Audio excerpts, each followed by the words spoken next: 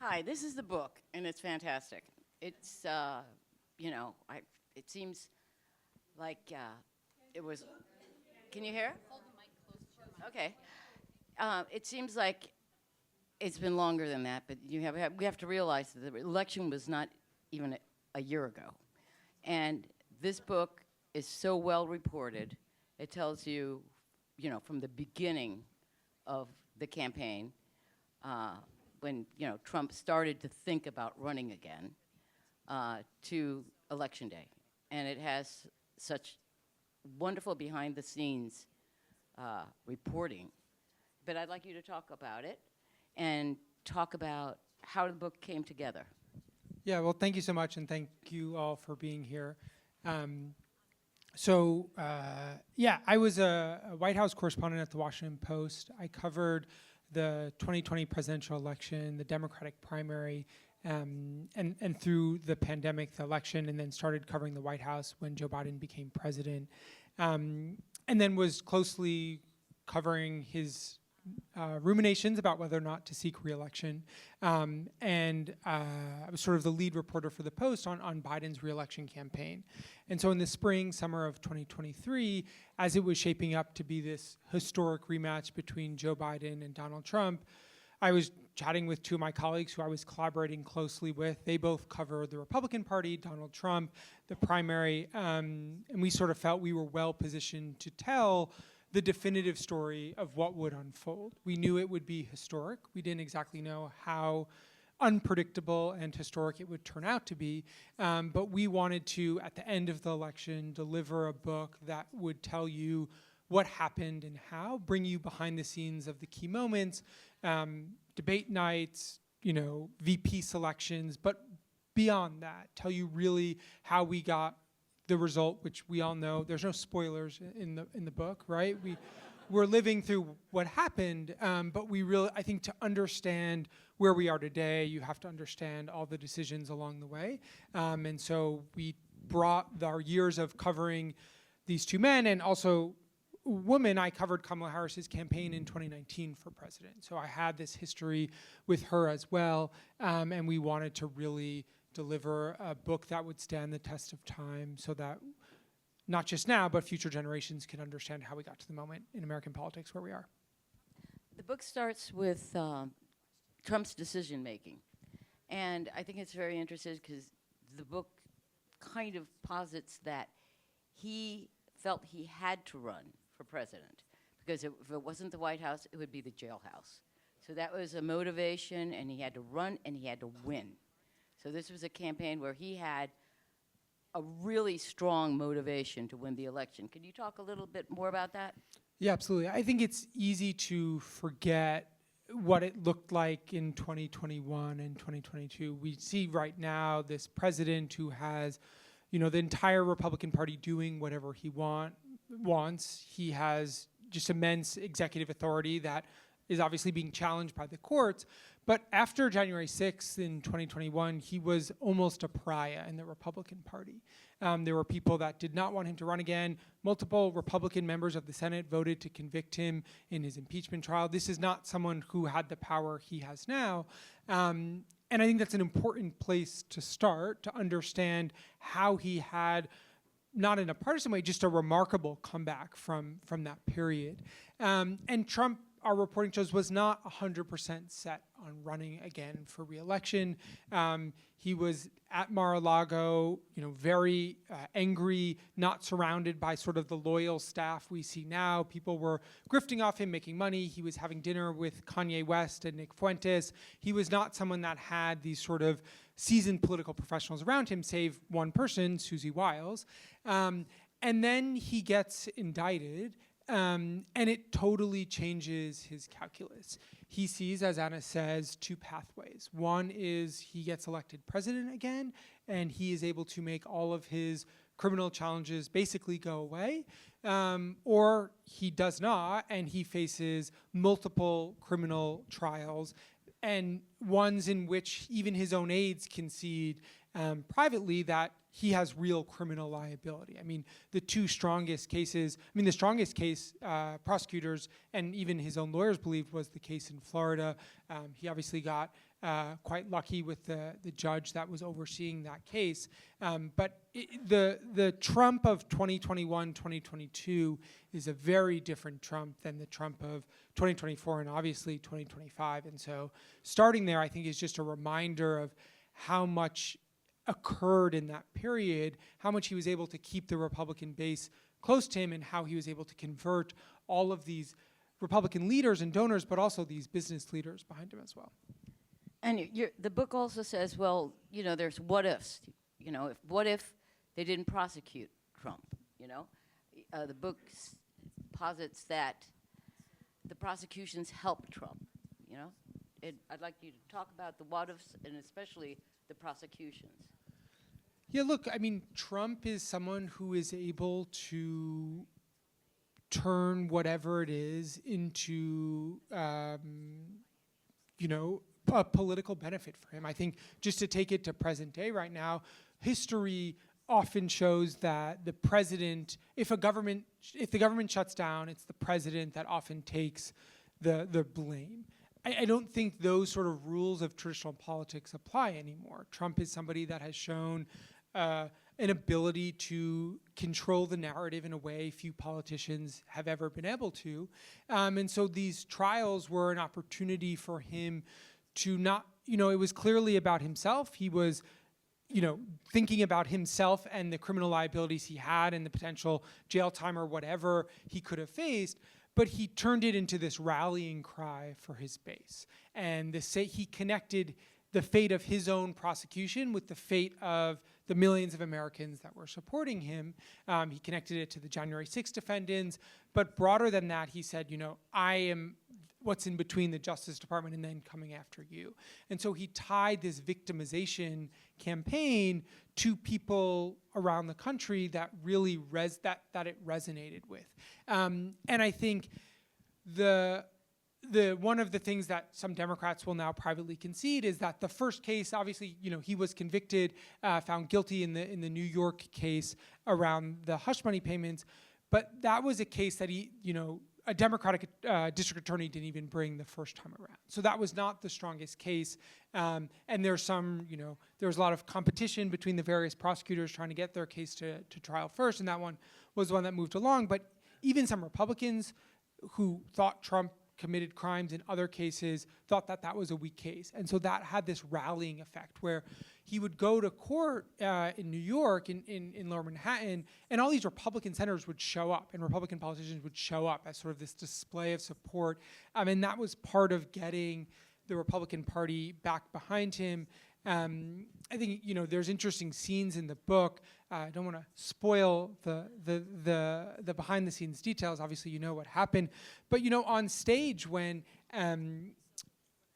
there's this moment where the Republicans running against him, Ron DeSantis, Nikki Haley, are struggling to get oxygen and attention, and so they say, Ron DeSantis' aides joke that maybe he should try getting arrested because that will draw some more attention in media and fundraising to him because he's not able to break through. Just the sort of media coverage that Trump was getting because it was the president indicted, he was drowning out any other attempt by Republican candidates thrown against him. Thank you.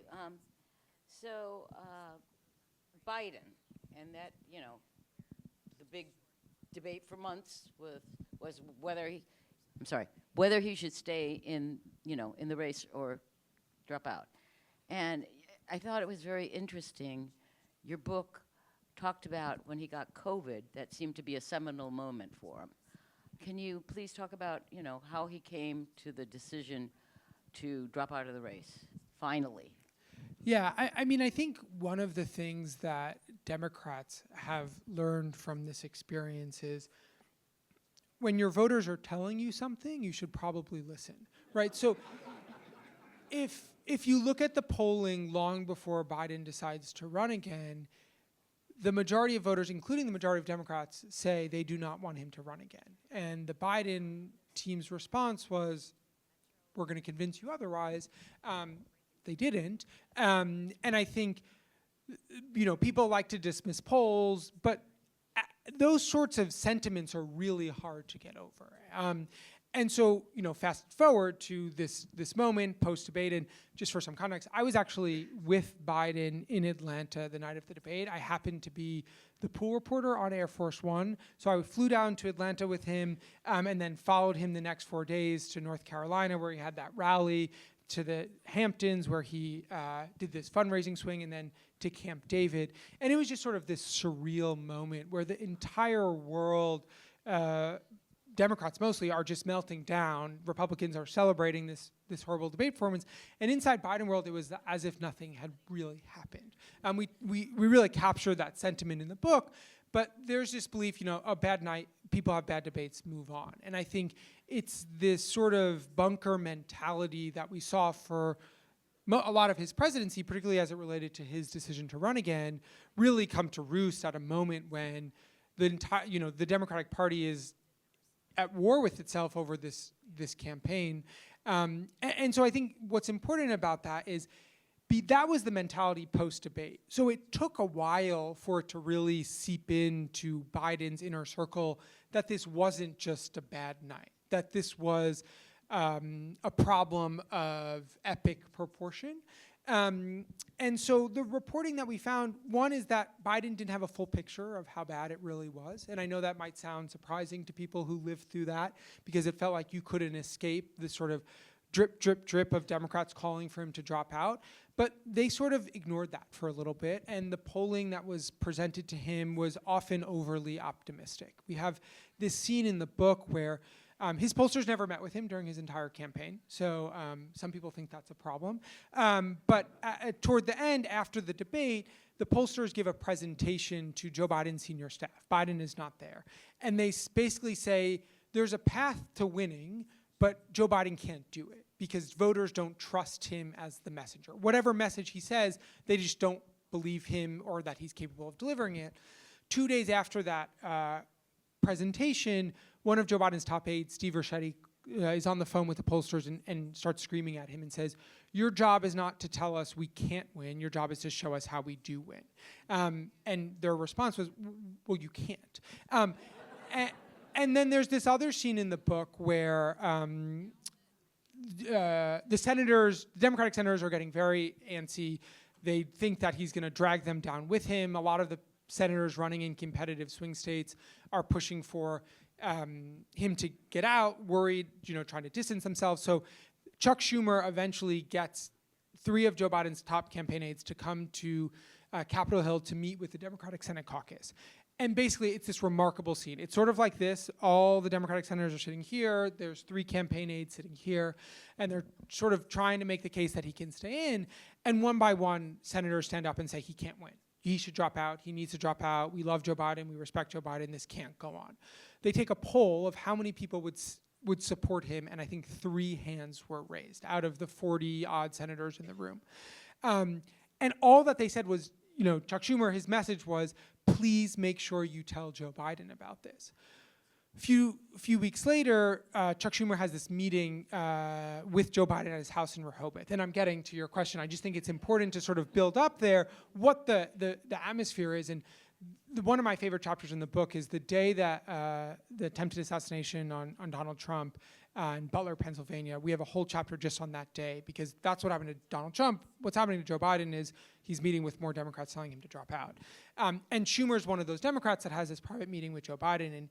And in the book, we recount that Schumer was surprised at how surprised Joe Biden was about how bad it was among the Senate Democrats. So COVID, I think, to your question, he gets COVID, he's trying to resurrect his campaign, and it sort of forces him in a moment to reflect.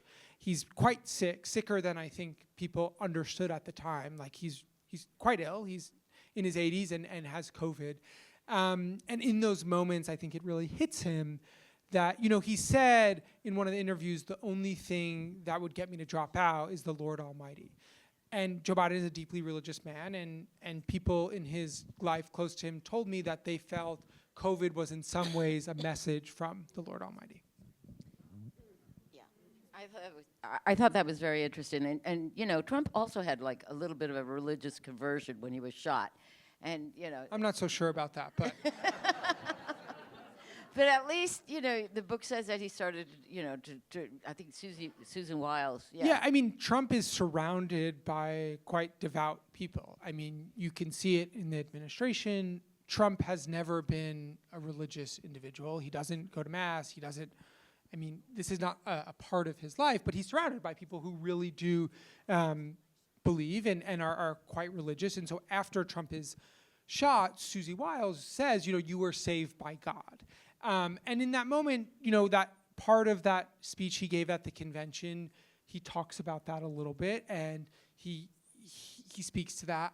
I don't think that has had staying power with him, but it's true that I think there is a vulnerability there. I mean, he was very we saw. I mean, you guys have seen here in Minnesota. We've seen around the country. The governor was just talking about this. Political violence is real, and it has deep impacts on people. And he was very close to catastrophe. And I think that is something that weighs on, I know it weighs on his staff. They have told me that, and it weighs on him. So I think there is elements to that that's real. I think the religious aspect of it maybe was a little bit more fleeting. I was thinking more that he began to say, oh, I've been saved by God. You know, I have a special mission. I was, you know, placed here to do something. I was saved by God for a purpose. And that's what, you know. Yeah, and I do think that's been carried into his sort of belief about governing. You know, he talks about this mandate that he got by winning the popular vote and winning the battleground states. And I think part of that, too, is tied in with this religious moments that he's had where there's like, he has the power from the people because he was elected and won the popular vote, which eluded him the last 2 times, and this other, you know, element that his advisors were sort of harping to him about. Right. It's almost like the divine right of kings, right? Yeah. So getting back to Harris and Walz, and I remember, you know, the vetting of a vice presidential candidate and the names in the short list and another short list, and this guy had to drop out, you know, then the governor of North Carolina, because the Lieutenant Governor Cooper was a Republican, and he couldn't leave the state without, you know, the law was that the Lieutenant Governor would take over, and, you know, others kind of got winnowed out, and so then it was Shapiro and Walz, and can you talk a little bit about, especially the interviews, because that I think was key, and the governor just spoke a little bit about. Yeah, unfortunately, I'm here with Tim Walz, so like you have a first-hand reference there. I was not in the interviews, but yeah. Yeah, you know what the difference was, why Shapiro didn't make the cut. Yeah, and now we have another book from Kamala Harris, who's also talking about this. Though our book has more detail on all of these things. Hers is much more breezy. But I think there was a real contrast between Governor Walz and the 2 other candidates.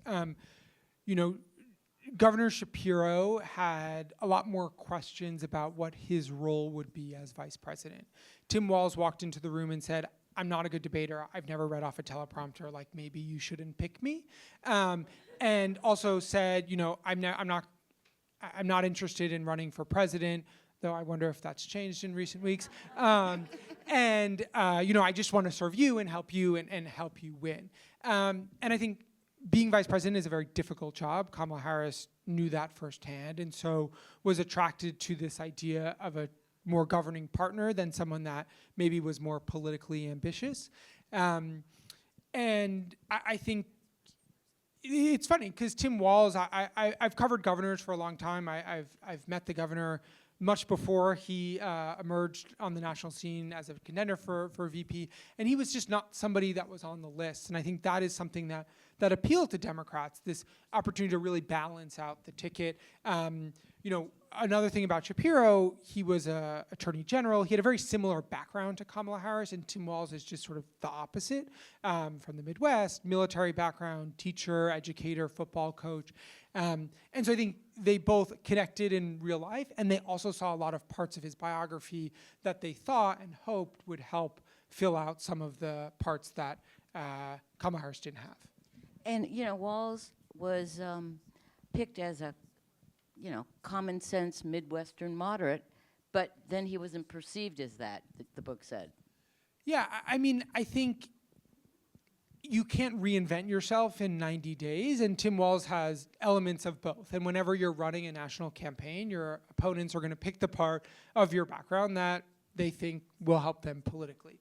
I think, he is the governor of Minnesota, which has passed a lot of progressive policies, and Republicans were eager to go after that. But I think, for me, one of the interesting sort of things about Walz, and we were reflecting on this before, is sort of the difference that you saw from Governor Walz just now and what you saw on the campaign trail, which was he had a much more limited profile and sort of, what's the irony of Governor Walz as VP is he basically became the vice president because of his TV appearances. Like, he was not on the radar of most Democrats. I don't think Kamala Harris really had a relationship with him until Democrats, particularly progressive Democrats, got really excited by his TV appearances and his ability to be plain-spoken and sort of conversational and rebut the Trump ticket with humor and sort of that Midwestern slang. And then he gets on the ticket and does no media at all. And I know that was a frustration for many journalists. I know that was a frustration for the Walz team, who felt that he was not being used as effectively as he may have been. I ultimately don't think Tim Walz is going to be the deciding factor of why Kamala Harris lost the election. But I do know that there's some recriminations from Democrats who felt they played it overly safe across the board, and obviously that played into Walz's limited role on the ticket. And also, Harris didn't do an interview for a long time. Yeah, I mean, for the first month of the campaign, Harris didn't do an interview. And the first one she did was that joint interview with Tim Walz and CNN. And their argument was, she's doing all these rallies, she's speaking to thousands of people, and there's opportunities to do interviews down the road, but I think it's sort of built in this perception that she was hiding something, especially in contrast to Trump, who just speaks all the time and sits for podcast interviews and is just sort of always talking. And I think, again, I've seen this, traveled around the country in 2019, 2020, covering that campaign. I traveled a lot around the country now. I think there is a big difference between watching someone do a rally where they are reading off a teleprompter and them doing interviews and more informal settings where you really get a chance to know them. Like, I went to a lot of Kamala Harris rallies, and she basically said the same thing every time. And I think that is energizing for the people in the room, but that doesn't necessarily convert. The people that you're trying to win over are not necessarily the people that are waiting hours in line to get to watch you speak with a performance by Maggie Rogers or Megan Thee Stallion. Like, those are excited Democrats, and that's what rallies are for. And I think that there are many Democrats who now, there's a lot of reasons, that they struggled. I mean, one of the interesting findings we had in the book is one of Trump's success was reaching this sort of manosphere, younger men through podcasts that were not explicitly political.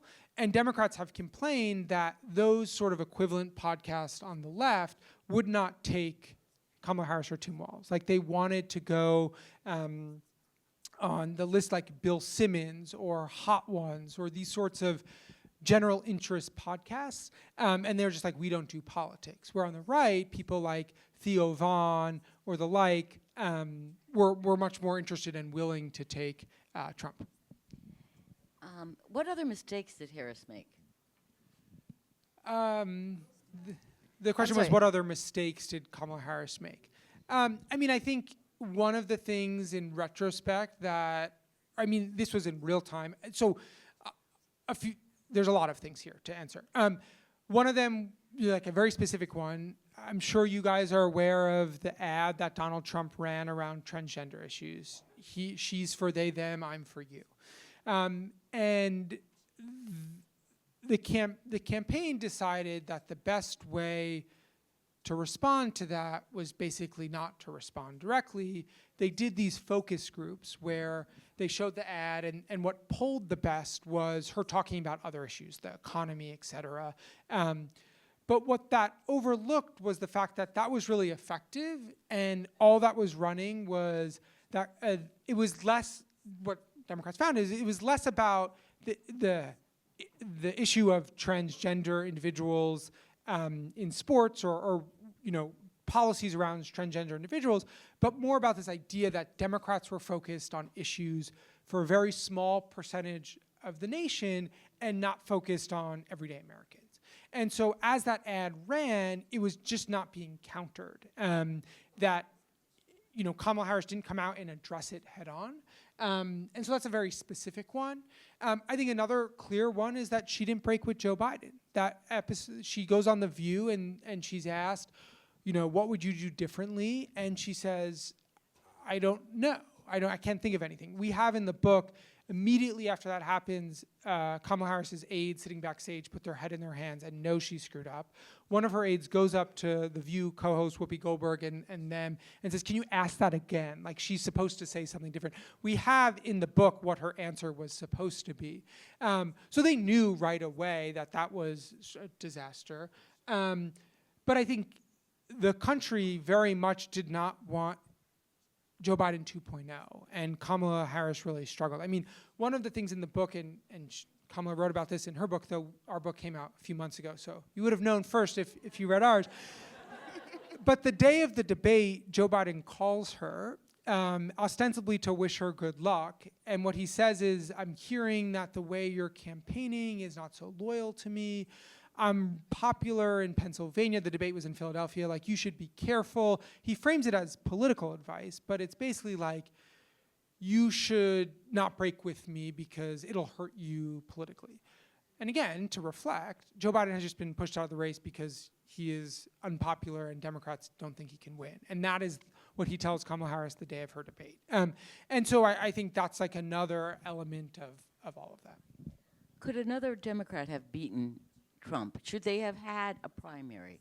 I mean, there was no time really to do a primary, but should they have tried to do something? It's impossible to answer the counterfactual. I mean, there's so many things that happen in this campaign.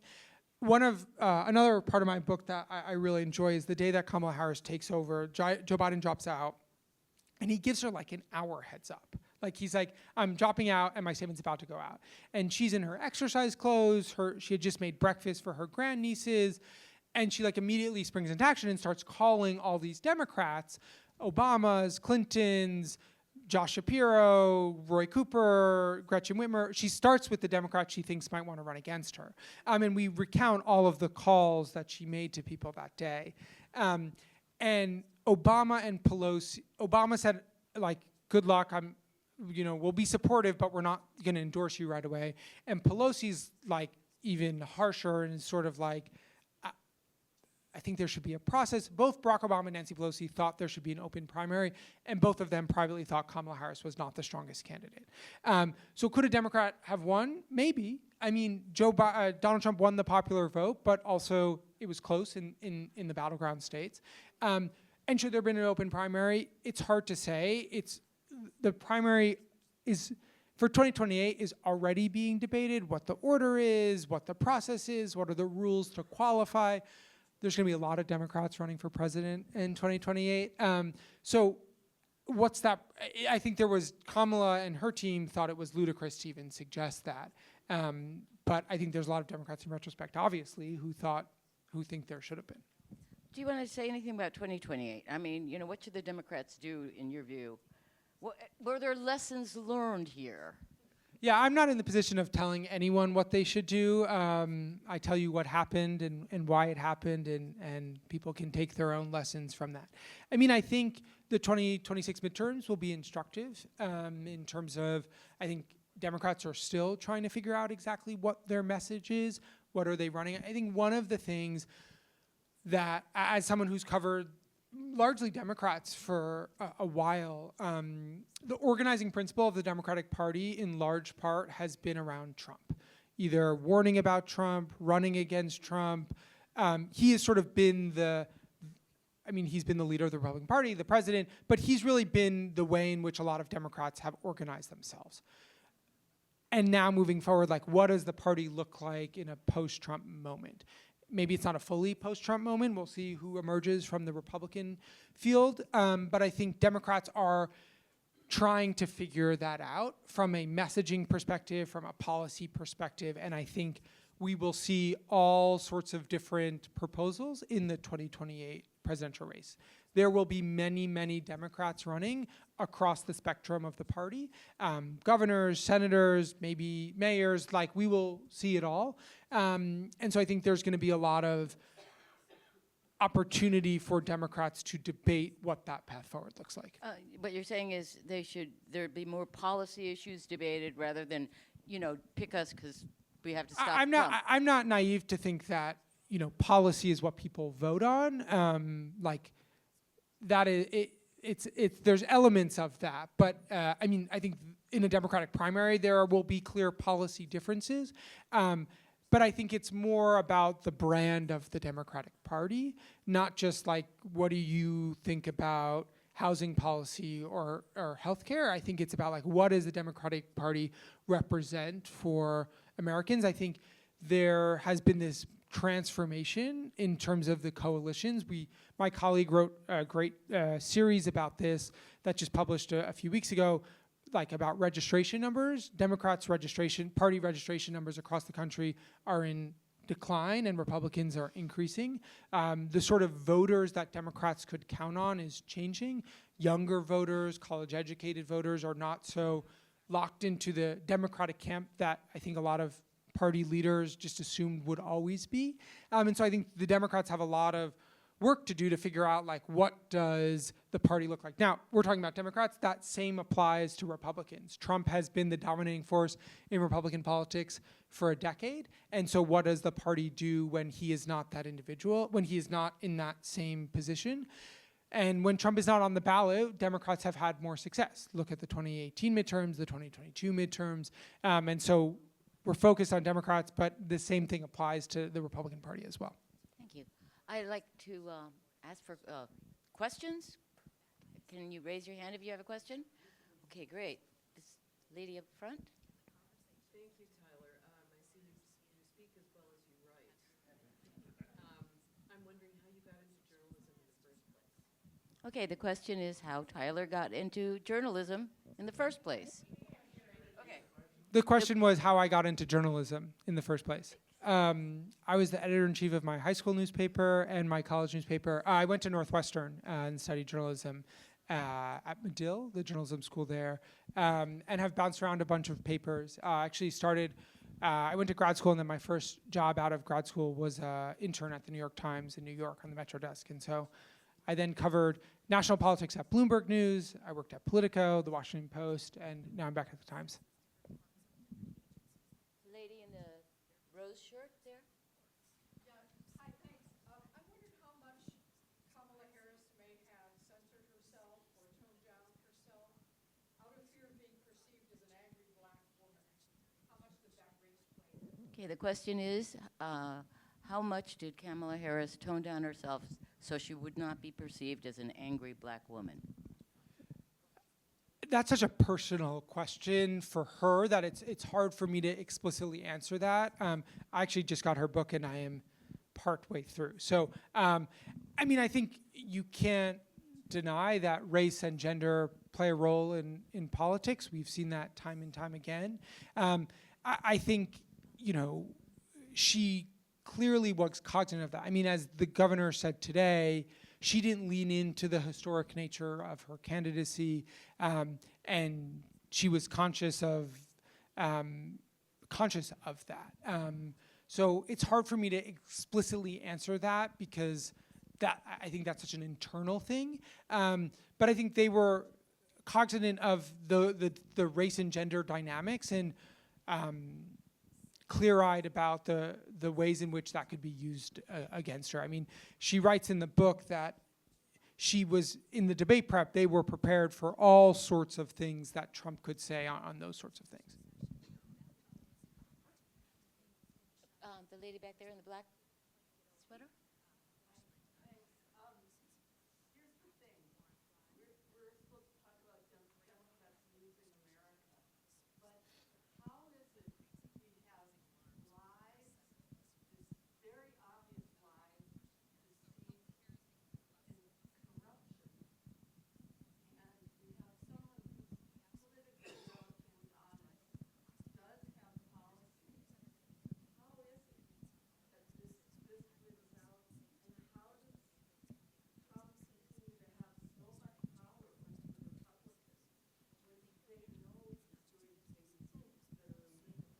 Okay, I think the question here is, you know, how is it that Democrats are being blamed for losing America when you have a, you know, what some people perceive as a very flawed candidate in Trump, and the Democrats offer an alternative that may be more viable to you know, to many Americans.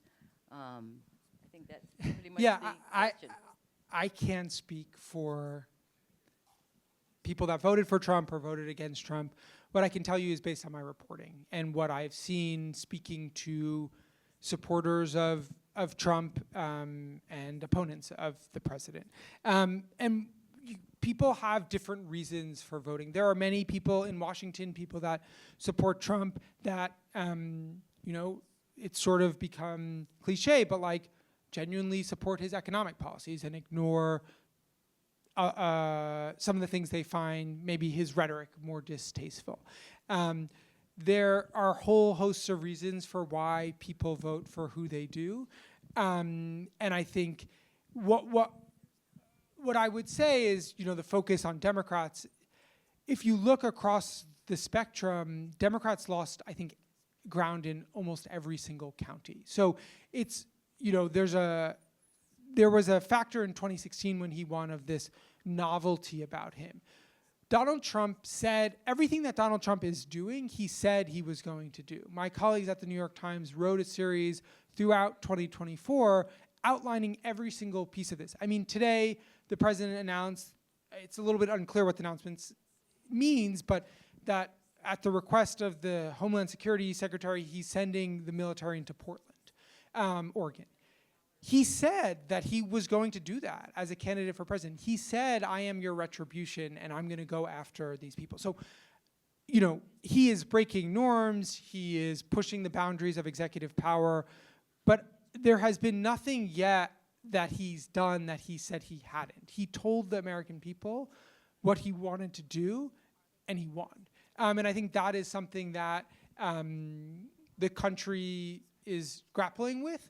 And there's a lot of people that are happy with it and a lot of people that are not. I mean, it is actually interesting. I was looking at some polling today that his approvals on immigration, an issue that he ran on and advisors thought the economy and immigration were key to him winning, there has been significant decrease in support about his handling of immigration. So I think people are seeing the actions of his administration and not approving of them. But again, I think what's important to understand is that he said he was going to do all of this, and he won. It's not like he promised one thing and is doing something different. This gentleman over here. Do you feel that Charlie Kirk assassination will have long-term implications on the Republican Party? The question is if Tyler thinks the Charlie Kirk assassination will have long-term implications for the Republican Party. It's really hard to know. I think we're just so close to it. I think we have seen so many examples of political violence across the board, right? Here in Minnesota, in California, Paul Pelosi, the governor of Pennsylvania, House was firebombed. And as the governor was saying, like it's becoming somewhat normal. I think we're seeing, or his organization, Turning Point, is saying that they are seeing a flood of interest and involvement from young people trying to get involved. I think the Republicans have made serious inroads with younger people that they used to dismiss. And Charlie Kirk played a big role in that. It's not just Charlie Kirk. And so if that sort of movement continues to grow and build, that will have implications for the Republican Party's ability to win in places that they had not been able to win before. But it's just so raw and early that it's hard to draw long-term conclusions about it. I am so sorry because I have to wrap this up now, and I know that there's a lot of great questions out there, but our time has run out. So, Laura, thank you very much.